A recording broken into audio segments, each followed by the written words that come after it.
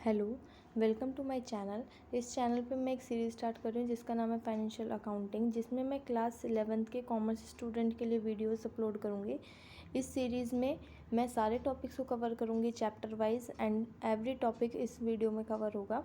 सो आपको एग्ज़ाम से पहले रिवीजन के लिए बहुत हेल्पफुल रहेंगी, तो मैं इसके लिए एक प्लेलिस्ट क्रिएट कर दूँगी। So let's start with the chapter number 1। मैं सारी वीडियोस को शॉर्ट वीडियोस में कन्वर्ट करूँगी, ताकि जिसमें कि आप हर वीडियो में एक टॉपिक को कवर कर सकें, और जो कि एग्ज़ाम में रिवीजन के टाइम पे बहुत हेल्पफुल रहती हैं short videos. So let's start with the chapter number 1, जिसका नाम है इंट्रोडक्शन टू अकाउंटिंग। इस चैप्टर में हम अकाउंटिंग के जो मीनिंग है, उसके फीचर्स हैं, इसके डीमेरिट्स क्या है, मेरिट क्या है, इसमें क्या क्या लिमिटेशंस हैं, ये सब हम इसमें पढ़ेंगे। तो सबसे पहले स्टार्ट करते हैं मीनिंग ऑफ अकाउंटिंग से। ये डेफिनेशन दे रखी है अमेरिकन अकाउंटिंग एसोसिएशन AAA के अकॉर्डिंग। इस डेफिनेशन का मतलब है कि अकाउंटिंग एक प्रोसेस है जिसमें हम आइडेंटिफाई करते हैं, मेज़र करते हैं एंड कम्युनिकेट करते हैं फाइनेंशियल इन्फॉर्मेशन को, किसको, जो कि उसके इन्फॉर्मेशन के यूज़र्स हैं, ताकि वो जजमेंट दे सकें, डिसीजंस ले सकें इस तरीके से। फिर आता है आपका सेकंड डेफिनेशन, जो कि American institute of certified public accountants के अकॉर्डिंग है। इस डेफिनेशन को आप एग्ज़ाम में एज इट इज़ लिख के आएंगे तो इसमें आपको अच्छे मार्क्स मिलने के चांसेस हैं। सो ये इस डेफिनेशन का मतलब है अकाउंटिंग एक आर्ट है रिकॉर्ड करने की, क्लासीफाई करने की, समराइजिंग करने की एक सिग्निफिकेंट मैनर में, और मॉनेटरी ट्रांजैक्शन को ही रिकॉर्ड करना है। वो जो ट्रांजैक्शंस हैं, इवेंट्स हैं, जो कि मॉनेटरी टर्म्स में, मतलब जिनका फाइनेंशियल करेक्टर है, ताकि हम रिज़ल्ट को इंटरप्रिटेट कर सकें, मतलब लोगों को कम्युनिकेट कर सकें। अब पढ़ते हैं हम ये जो हमने वर्ड पढ़ा इकोनॉमिक इवेंट। इकोनॉमिक इवेंट क्या होता है? ये इम्पॉर्टेंट एक्टिविटी है, कोई भी इम्पॉर्टेंट एक्टिविटी जो कि बिज़नेस को इफ़ेक्ट करती है किसी भी तरीके से, और वो मनी से रिलेटेड है, उसकी वैल्यू जो है वो मनी में है। फॉर एग्ज़ाम्पल, अगर हम गुड्स खरीदते हैं, फॉर एग्ज़ाम्पल एक बिज़नेस ने गुड्स परचेज़ किए तो उसके रिटर्न में उसने कुछ मनी पे करी, तो ये एक इकोनॉमिक इवेंट है। सेलिंग प्रोडक्ट्स, एक बिज़नेस अगर प्रोडक्ट सेल करता है उसके रिटर्न में भी उसको मनी मिलती है, तो ये भी एक मनी और वैल्यू क्रिएट कर रहा है। सो इसलिए ये भी एक इकोनॉमिक इवेंट है। उसके बाद आता है पेइंग सैलरी। सैलरी दे रहे हैं, इसमें भी मनी इन्वॉल्व है, तो ये भी एक तरीके से बिज़नेस को इफेक्ट करता है। इसमें दो क्राइटेरिया हैं, पहला है कि वो मनी रिलेशन होना चाहिए, मनी के टर्म्स में होना चाहिए, और दूसरा है वो बिज़नेस को इफ़ेक्ट करे, मतलब बिज़नेस से वो रिलेटेड होना चाहिए। उसके बाद आता है टेकिंग लोन। जब लोन लेते हैं तो कुछ अमाउंट, कुछ मनी जो है एक बिज़नेस के पास आती है, तो ये भी एक इकोनॉमिक इवेंट कैटेगरी में आएगा। उसके बाद जो टर्म आती है वो है आइडेंटिफिकेशन। आइडेंटिफिकेशन मतलब जो डेफिनेशन में हमने पढ़ा कि अकाउंटिंग में आइडेंटिफिकेशन करनी होती है, वो आइडेंटिफिकेशन क्या होती है? सबसे पहले हमें इवेंट को फाइंड आउट करना होता है जो कि अकाउंटिंग के लिए इम्पॉर्टेंट है। वो इवेंट जिसकी मनी वैल्यू है और जो कि बिज़नेस को इफ़ेक्ट करता है, वो हमें आइडेंटिफाई करनी है। फॉर एग्ज़ाम्पल, एक मैनेजर ने एक कंपनी में ज्वाइन किया, तो ये तो अकाउंट में रिकॉर्ड नहीं होगी क्योंकि उस मैनेजर ने ज्वाइन किया है, इसके अंदर कोई मनी जो है इन्वॉल्व नहीं है।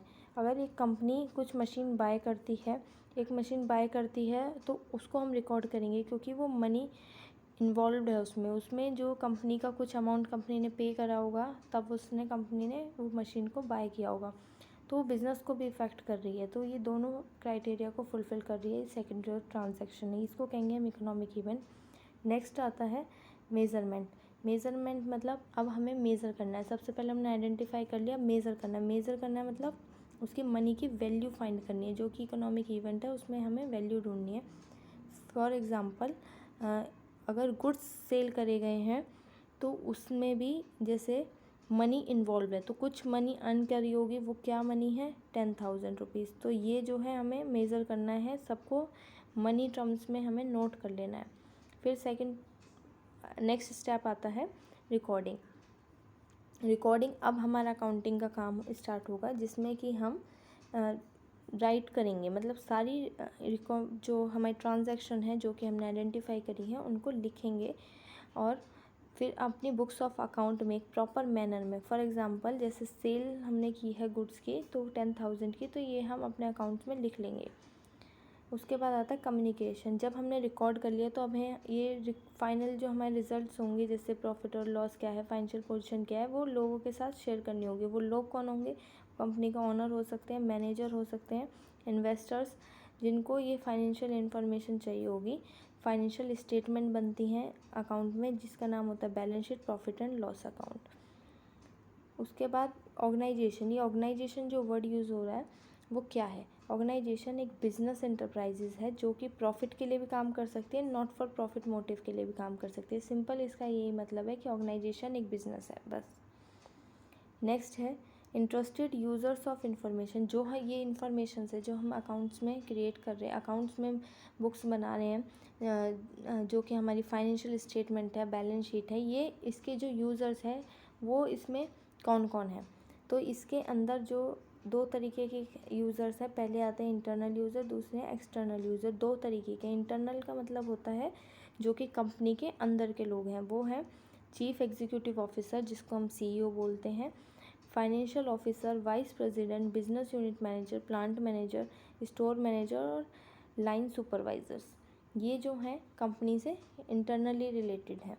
फिर आता है एक्सटर्नल यूज़र्स। एक्सटर्नल यूज़र्स वो यूज़र्स हैं जो कि एक कंपनी से बाहर, आउटसाइड द कंपनी रिलेटेड हैं, जैसे कि जो प्रेजेंट इन्वेस्टर्स हैं, शेयर होल्डर हैं, जिन क्रेडिटर्स हैं, जो बैंक हो गए और फाइनेंशियल इंस्टीट्यूशन हो गए, डेटर होल्डर, डिबेंचर होल्डर्स हो गए, और टैक्स अथॉरिटीज़ जैसे कि आपके register of the companies, SEBI हो गया, मतलब securities exchange board of India, and the labour union, trade associations. ये सब जो हैं कंपनी से बाहर, इनका एक्सटर्नल रिलेशन है, आउटसाइड द कंपनी ये रिलेटेड है कंपनी से। अब ये जो अकाउंटिंग इन्फॉर्मेशन हम इन्हें दे रहे हैं इन यूज़र्स को, इनका काम क्या होता है, इस इन्फॉर्मेशन को कैसे यूज़ करते हैं?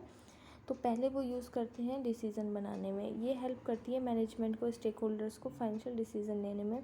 फिर आता है परफॉर्मेंस इवेल्युएशन। ये फाइनेंशियल परफॉर्मेंस को इवेल्युएट करती है ओवर द पीरियड। फिर आती है फाइनेंशियल पोजीशन। ये दिखाता है फाइनेंशियल हेल्थ कैसी है किसी कंपनी की, वो कितना स्टेबल है उसकी बैलेंस शीट से। फिर आता है कंप्लाइंसेस एंड लीगल रिक्वायरमेंट।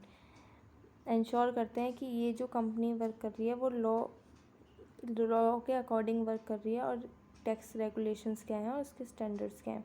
उसके बाद आती है प्लानिंग एंड फोरकास्टिंग। असिस्ट करती है प्लानिंग एंड फोरकास्टिंग, असिस्ट करती है बजटिंग में।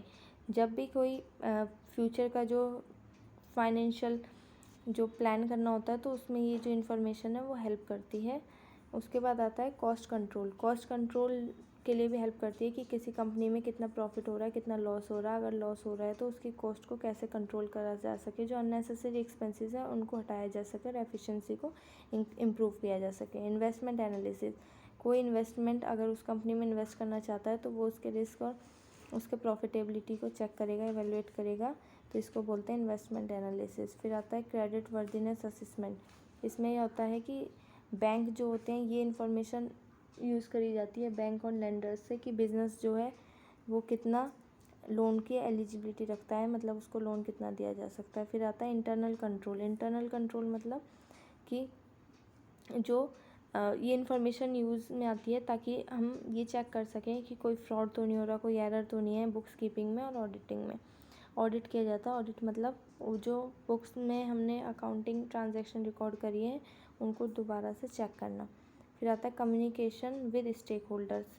ये इन्फॉर्मेशन स्टेक होल्डर्स को बताते हैं ताकि हम ट्रांसपेरेंट रह सकें, मतलब सारे जो इन्फॉर्मेशन है वो हमारे क्रेडिटर, डेटर्स और रेगुलेटरी बॉडीज़ को पता हो।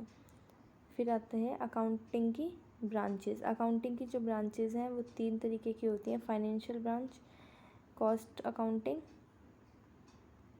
एंड थर्ड आती है मैनेजमेंट अकाउंटिंग। इस टॉपिक को अब हम नेक्स्ट वीडियो में कवर करेंगे, ब्रांचेस ऑफ अकाउंटिंग, क्योंकि ये वीडियो ऑलरेडी 10 मिनट्स की हो चुकी है। Thank you for watching this video. और नेक्स्ट वीडियो का प्रेफर कर सकते हैं, इस प्लेलिस्ट को आप पूरा चेक कर सकते हैं, ये आगे की वीडियोज़ इसी प्लेलिस्ट में होंगी।